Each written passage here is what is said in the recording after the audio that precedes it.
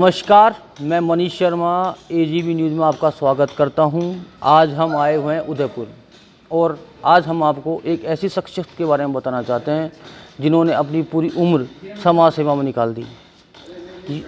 हम बात कर रहे हैं शांतिलाल जी गौड़ जी, जो सेवानिवृत्त कृषि पर्यवेक्षक रहे हैं और अभी वर्तमान में उदयपुर में ही निवास कर रहे हैं। शांतिलाल जी, आपका बहुत बहुत स्वागत है एजीबी न्यूज़ में। धन्यवाद।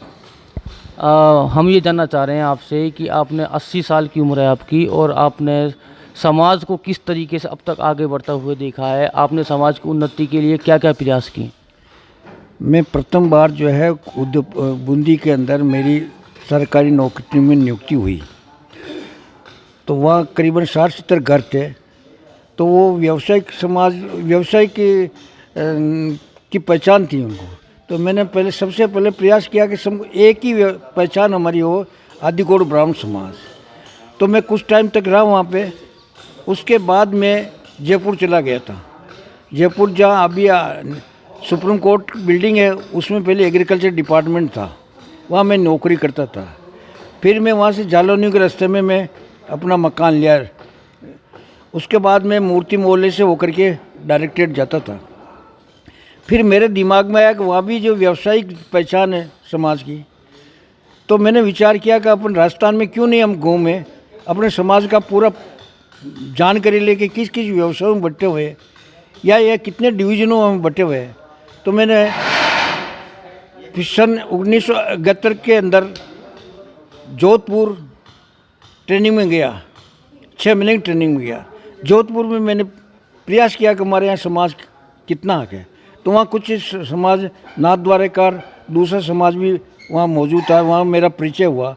उसके बाद मैं बीकानेर गया, हनुमानगढ़ गया, फिर वापस जयपुर आया, जयपुर से वापस कोटा गया, कोटा से वापस मैं जोधपुर आया।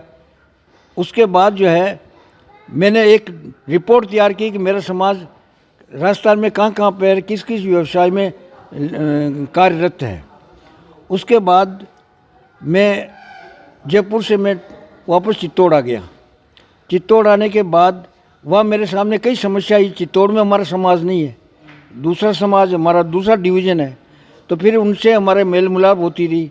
फिर मैंने सोचा कि समस्त समाज को अपने एक क्यों नहीं कर दे, क्योंकि हम कई डिवीजनों में बटे हुए थे। तो पहले हमारे सबसे पहले जो है गोत्रावली भगवान साहिब ने शायद 1985 में मुझे मिली। मैंने जयपुर से खरीदी अखिल भारतीय आदिगौड़ ब्राह्मण समाज के कार्यालय से। तो उसका मैंने अध्ययन किया। उस अध्ययन वो भी गोत्रावली अधूरी थी, क्योंकि 400 उसमें शायद 500 शासन थे।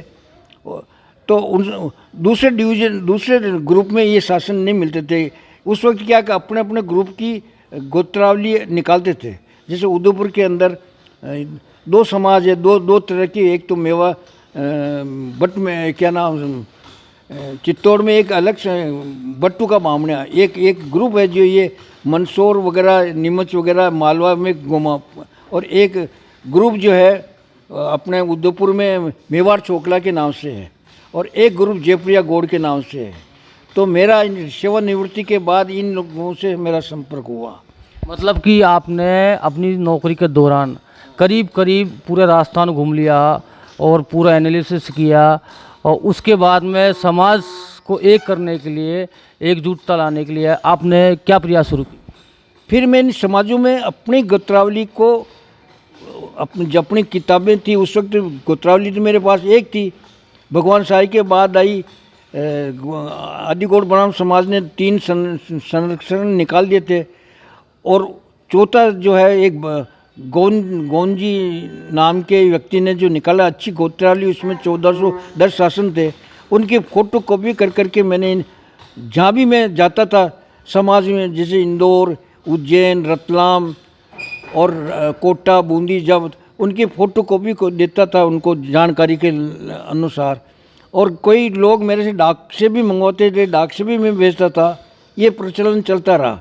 फिर यही गोत्रावली मैंने उन समाजों में डाली जो हमारा दूसरा डिवीज़न है।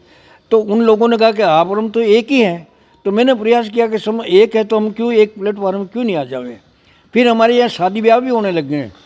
इनमें गोड़ों में, सनाडियों में सब में शादी ब्याह होते थे। ये 1968 से मुझे मालूम है, 1968 से शादी ब्याह होते थे।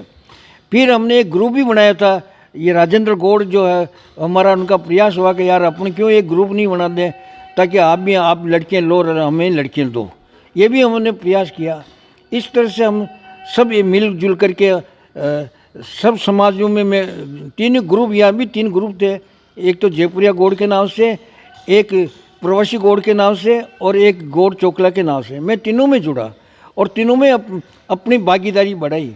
और एक 2004 से हम जो परिचय सम्मेलन का आयोजन किया, उसमें मेरी भागीदारी थी। ये 16 परिचय सम्मेलन है, सब परिचय सम्मेलन में मेरी भागीदारी थी। इसी तरह सामूहिक विवाह भी होते थे हमारे, उनमें भी मेरी भागीदारी थी। करीबन वो 5-6, शायद मुझे गिनती याद नहीं, लेकिन 5-6 वैवाहिक सम्मेलन भी किए हमने, नहीं किया। तो इन लोगों से भाईचारा हमारा बढ़ा और समाज को हम एक लाने में सफल हुए हैं। जैसे कि सर आप बता रहे थे डाक से आप भेजा करते थे, बड़ी समस्या आती थी, टाइम भी लगता था, खर्चा भी होता था। आजकल तो व्हाट्सअप चलता है, सारे लोग फटाक से जुड़ जाते हैं एक साथ और सारी जानकारी लेते हैं। तो वो दौर और इस दौर में आपको क्या लगता है? नहीं, उस दौर में क्या कि उस दौर में साधन नहीं थे। फ़ोटो कॉपी एक उस समय में 100 रुपये की 5 होती थी। आज थोड़े दिन बाद मुझे 100 रुपये की 2 होने लगी। फिर साधन बढ़ते गए, व्हाट्सएप चलते गए, ग्रुप बनते गए, बहुत सारी PDF बना करके ग्रुपों में डाली मैंने, नहीं क्या करीब। जैसे सर आपके ज़माने में आप बता रहे थे कि हम इस तरह के प्रयास करते थे और आज की युवा पीढ़ी भी समाज को आगे बढ़ाने के लिए प्रयास कर रही है। तो अभी जो प्रयास चल रहे हैं, आप उनसे कितना सहमत हैं? नहीं, मैं आज सोच रहा हूँ, मेरा अखिल भारतीय आदिगौर ब्राह्मण समाज से भी मैं निवेदन करूँगा और प्रयास करूँगा कि समाज के डेटा तैयार किया जाए। हमारे पास बिना डेटा के कोई योजना नहीं बना सकते हैं। गवर्नमेंट से हमारी क्या सहायता, या गवर्नमेंट हमारी क्या सहायता कर सकती, बिना डेटा के हम नहीं कर सकते। हाँ, आपका कहना सही है। डेटा तैयार नहीं होगा तो सरकार के पास कैसे जाएंगे? सरकार जवाब मांगे। समाज में डेटा तैयार होंगे, कितने पढ़े लिखे आदमी हैं, कितने नौकरी में हैं, कितने IAS है, कितने पॉलिटिकल में है। इस तरह के जब हमारे पास डेटा तैयार हो जाएंगे टोटल समाज के, क्योंकि हमारा ये प्रयास तो हम भी कर रहे हैं। AGB न्यूज़ इसके लिए मुहिम शुरू कर रहा है, समाज की वो पीढ़ियों को आगे लाने की कोशिश कर रहा है। नहीं, वो ऐसा है कि हम जो है हमारे समाज के 1444 शासन हैं, अर्थात 115 गोत्र है, ऋषि गोत्र है। मैं तो सबको ही जोड़ना चाह रहा हूँ।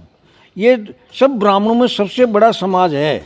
अगर ये जुड़ जाएगा तो ये सब समाजों का नेतृत्व भी कर सकता है, मतलब। और धीरे धीरे जैसे अन्य ब्राह्मण आगे बढ़ रहे हैं, वो भी बढ़ रहे हैं, तो हम क्यों नहीं बढ़े, हम क्यों पीछे रहें?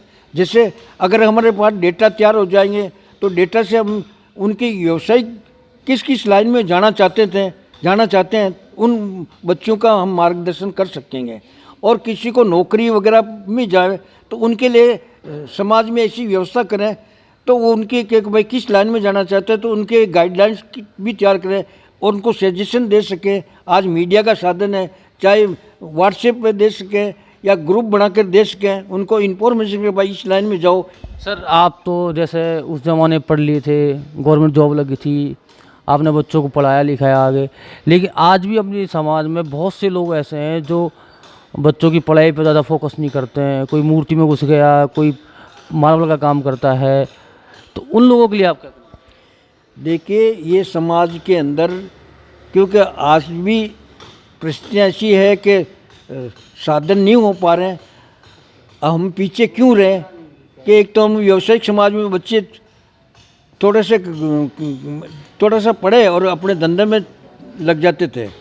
आज समय बदल गया, उस धंधे में भी एजुकेशन चाहिए। मार्केटिंग का धंधा जमाना है, अगर बिना मार्केटिंग के अलावा तो कोई भी व्यवसाय नहीं चल सकता। या घर में मजदूरी करो तो मजदूरी करने के वनिस्पत तो हम मार्केटिंग के थ्रू व्यवसाय को बढ़ावे। आपका मतलब ये कि समाज में आज एजुकेशन का बड़ा महत्व? एजुकेशन तो है, हर चीज़ में एजुकेशन चाहिए, नहीं क्या? बिना एजुकेशन का आज कुछ भी संभव नहीं। एजुकेशन चाहिए, इसीलिए तो डेटा तैयार कर रहे हैं हमें, नहीं क्या?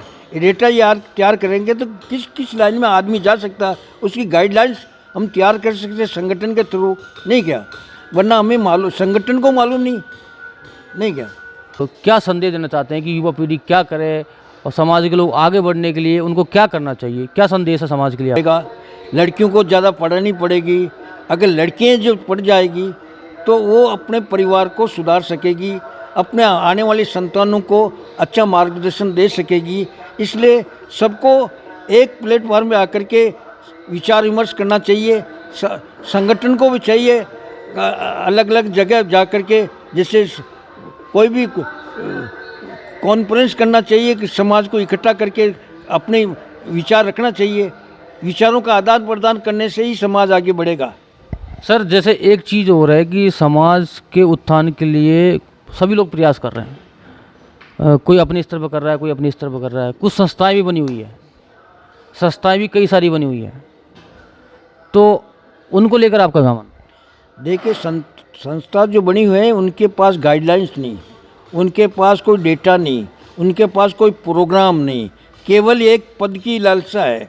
मेरी इच्छा है, मैं हमेशा बार बार यही प्रयास करता हूँ, अपने अध्यक्ष से यही निवेदन करता हूँ कि एक डेटा तैयार करें समाज के लिए।